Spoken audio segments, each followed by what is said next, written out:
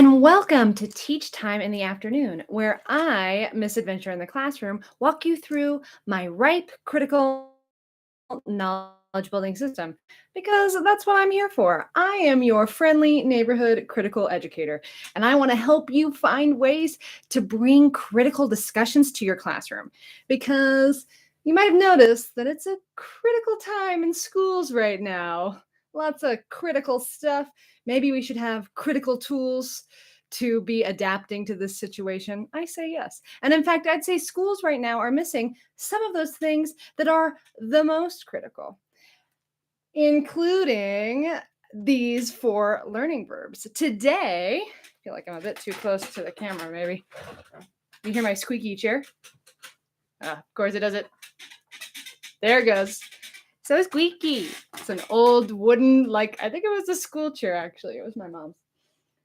Okay, so ripe knowledge building system. Let's do this. Today is Thursday, which means we're going to be problematizing knowledge. We've talked on Monday, we talk about the whole system and then we work our way through. So tomorrow we'll be talking about enhance, but today is about problematizing. So yesterday we talked about the importance of imagination and how making sure to strengthen those muscles so we can cross boundaries is super important. And today we're going to be talking about why it's so important to imagine is because by imagining what else could be, then we can begin to say, oh, wow, there are things that could be better, right? And humans, it's our natural inclination to make things better around us, right? We're constantly trying to make our lives better. That's why if you peek ahead, the next step is enhance. But before we make stuff better, we have to figure out what are those things that we want to be better? What things could be better? It says here, the main phrase that goes with problematize is examine this knowledge for weakness. So yesterday, imagining was about exploring the creative dimensions. So where else could this lesson go? Once we start asking those questions, we realize, oh, maybe this reality isn't the best reality out of all the possible realities. Maybe there's an infinite amount of timelines that could happen, that could have been. And now we can say, hey, maybe this reality isn't the best. And I'd say, yeah, that's kind of always the case. It's never as good as it could be. That's our work. So we got to get to problems first. And I'm not talking, I say this every time. I want it to sink in. Problematizing is not about pouting, okay? You might notice up here, I hope it's readable. Some days it isn't. Today it appears to be slightly readable. The final piece of Problematize, there are three big themes like this. And this is the last and final one. We're learning a lesson with problems we can handle or overcome. That's where Problematize is leading. We're not just sitting here saying, oh, problem. We're not interested in that. We're interested in productive problematization. Is that the hardest word? Yes. I've decided. Check and mate. That's the hardest word. Problematizing. Okay. It's not about just being negative. It's about taking action and making solutions. Hello. That's what schools should be all about, is developing those skills to become better problem solvers. There's a whole wide world out there, and I think I spot a problem or two. How about you? Do you spot a problem or two from your vantage point? I bet you do. And wouldn't it have been nice to have specifically developed problem-solving skills in school? Yes, it would have. So that's what this system is about. So says I. I say it would be better. Let's put my little theory to the test. Because I'm not the only person who prioritizes problematization. I think I nailed it that time. Or did I put an extra T in there? Gosh darn it. You can't get it right, I tell you. I'm not the only person who cares about problematizing. It is a theme from critical thinkers throughout the ages, spanning our countries and neighborhoods. They're all over the place, these critical thinkers. We love them, and we wouldn't have knowledge without them because, as you know, by now, surely all the videos of me you've watched, this is knowledge of the people, by the people, for the people, my dear friend. And so, what am I putting it away for? Got to use it. So, let's see what people have to say about this whole problematizing thing. How can we make it not about pouting? Let's see. Okay, I can't read this, but it looks good. Oh, darn. I think I super dig this. Awesome. Okay, so this is Marguerite and Michael Rivage-Seul. They wrote a chapter, an essay, in a book called Politics of Liberation, Paths from Freire. And here they said, what problematization is all about, I added that part, what this activity is all about is turning classrooms into exciting communities of inquiry. Communities of inquiry. Okay, so what does that mean, Marguerite and Michael? What does that mean? Well, communities of inquiry are groups of people who've come together. Is that what community means? Yes. To ask questions. And that is one of our favorite things. Isn't that what your favorite toddler does all the time? Isn't that the only thing coming out of their little mouths? Questions, questions, questions. Humans love questions. We got a lot of them. We do get tired of them because I won't go down all the reasons. I don't have them all, but I've got some ideas about why we lose that enthusiasm. Perhaps because we weren't engaging in exciting communities of inquiry. Perhaps questions lost their appeal for some reason. But there is no doubt that at one point in your life, you were enthralled with questions, if hopefully you had the ability to be, and the space and people to ask them to. The most humanizing situation would allow people to ask questions. That's us at our most pure because we're curious. First and foremost, we're an intelligent species. It's like the first thing you say. I mean, you could say mammal first, I guess, but like hair, milk. Okay. I don't know. I like intelligent species better. Mammal's fine. It's not really empowering, is it? But intelligent, that's useful to me. What can I do with mammal? I'm not sure.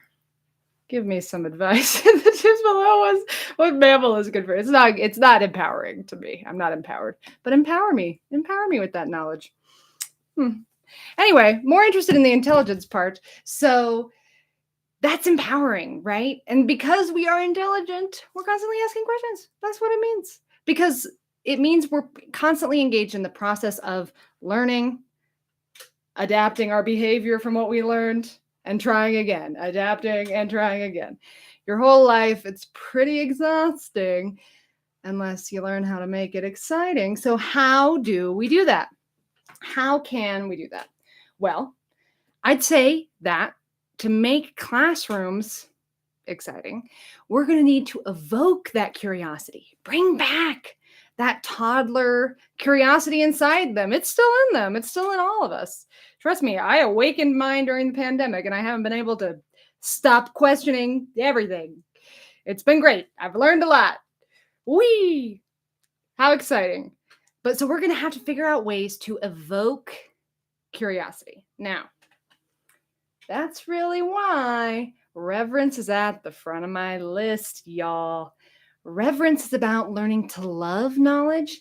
And when we love knowledge, that means that loving knowledge looks like curiosity. It looks like curiosity. So that's exactly why I start with curiosity and reverence in my system, so that here we go. This is how I am suggesting you try and make your classroom an exciting community of inquiry. Because what we're doing with this whole system, so yes, we begin by evoking their curiosity, but how am I evoking their curiosity? How am I getting them to love this lesson that I'm teaching them? We take a critical pause. You take a critical pause and you stop and you ask a critical question. Why are we learning this? What are we doing here? The ultimate question, am I right? there's our favorite question. Why? Was that at the top of your list when you thought about the toddler, Because boy, that is the ultimate question, is why? So let's bring it up. And what we're doing here is not saying this is why, and this is why, and this is why, and that's why. No, we can have some ideas about why. Sure. And in fact, you should have, if you're going to be engaging in this critical conversation, you're going to want to be prepared, which is why you should sign up for my Patreon, where for as low as $1.50 a month, you can get access to all my exclusive lessons. I'm making some available to the public. So check my channel for a video. Maybe I'll put it up here when I develop the skills to do so. I'm sure it's not that hard. I just haven't watched a tutorial yet. So many tutorials. Have you noticed that I'm bad at lighting? Yes. I don't have time to watch all the tutorials.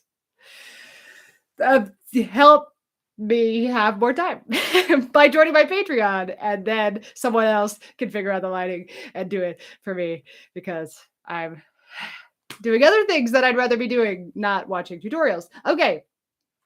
So we're stopping to ask that why question. And I'm telling you, just by asking that question, all of a sudden, we've got our hooks. We've got our hooks in that curiosity. I tell you what. And so we're going to start drawing that curiosity out. Okay. And as I said, we're not just saying this, that, the other thing are why this matters. And that's it. And there's no other reason we teach this A, B, and C, period. No. What we're doing is saying, let's walk down these 4 paths and see where that takes us. Let's see what answers we can come across. Let's walk down the path of enhance. Of course, I'd say that for the end if I were you, but it's up to you. As long as your students are familiar with this cycle and understand, I think, what this cycle is all about, it won't really matter where you start. So do what you want. It's your system. Just some advice from me. There's not only one way to use this. As I'm saying, make your own meaning out of this. But here's mine that I would like to share. Okay, so we travel down one of these 4 paths. And as we travel down, not every kid is going to have the same answer to each of these questions. Some kids are going to like and revere this knowledge for one reason. Other kids are going to revere it for a whole nother reason. No one's right or wrong. It's about them developing a personal relationship with this knowledge. Maybe there won't be any reverence, though. I think we could find some ways. I think we could get them all. I think we could get them on all of them, but maybe not. Maybe we're not in the mood. We're pessimistic today. I'm not looking for the good in anything today. I'm not revering. How about I imagine instead? Okay, maybe I can find this knowledge meaningful because I want to understand what else could be. And I can't understand what else could be unless I understand what is. So now, because I have this new meaning to explore with this knowledge that you're teaching in your class, now I'm excited about this knowledge because I have a new purpose. I want to imagine something different. That's my personal goal with this knowledge now. So see, we're adding this other layer of saying, how do you want to answer your own questions? We each have our own why. Why is on all our hearts. I tell you what, It's on our hearts, but we each have our own answers, I'd say. And which answers do you want to pursue? There are so many you could pursue. Let's all pursue our different ones down these paths. And so as we go, when we do that, we begin to ask ourselves questions. We become a problem, okay? We're problematizing ourselves, not because we're like, we're a problem. I'm a huge problem. No, I am a puzzle. I'm a puzzle to solve. I am a problem. My problem is I'm not excited about this lesson. Or I'm not excited enough. I'm not finding enough passion in my heart right now. That's the problem. That's a great problem. So we're with this system, that's what we're doing is we're problematizing our own reasons. We're asking ourselves, we're asking a question to ourselves. Yes, why do I care? Why do I care about this knowledge? Now I want to know. I've created a problem that I hadn't noticed before. And yes, is it the biggest problem in the world? No, but it sure is an interesting one. And isn't it worth exploring? I'd say so. And through this cycle of asking problems, we can learn which questions really matter. Like, yeah, this maybe is a small problem, though I'd say it's a skill. Like, okay, me developing, let's see, what random subject am I going to pull out of my behind this time? Economics. How about that? So, okay, economics. I have to pass this test for my economics class. And like, is me developing a relationship with this stupid topic that I don't care about just to pass this class?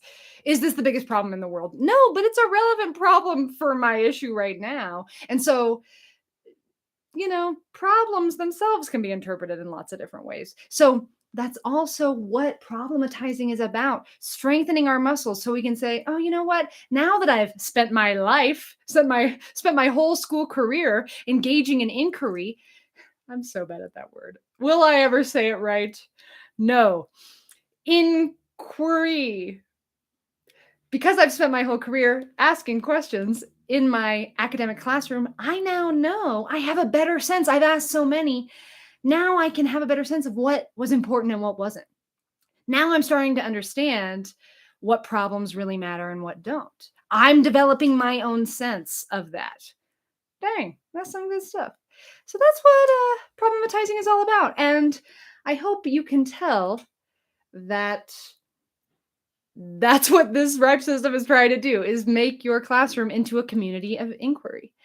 I said it that time, and it's an exciting one. And by doing this, you evoke, not only do they have these muscles, but now they identify as a problem solver. That's part of who they are, is they can spot them and they can solve them. They're doing it all the time. They're doing it in your class every day when they figure out why they should get excited about your class. I'm sorry. We all know it's true. I just gave an example of being in an economics class, which I've never been in one. In an economics class where I had to have a test that I wasn't excited about. Yeah, I mean, your class is kind of that to your students too. They have to be there. So, goodness, because they are condemned to your classroom. I'm sorry, but it's a little bit true. Jean-Paul Sartre would agree with me. They've been condemned to your classroom. So you might as well make their condemnation enjoyable. Make it a little exciting. They are stuck there. So that's certainly a lens of meaning that you could use to view your classroom. A little depressing, but whatever floats your boat. That's a bit problematizing. I'll go a little happier of they're there because it's the most humanizing place they could be. Where else do we want our kids to be other than school? Of course, they're not condemned. They're kind of condemned, but it's okay. We're all kind of condemned. Hooray, life. Am I right? School of life. Okay. So, yeah, communities of inquiry.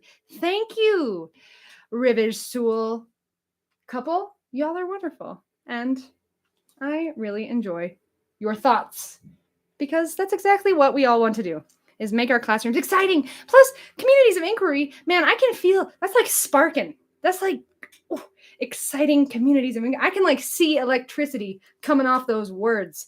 That classroom is alive because they're getting at the heart of learning. Why, baby? Why? Why, baby? Why? It's our favorite. So ask it more.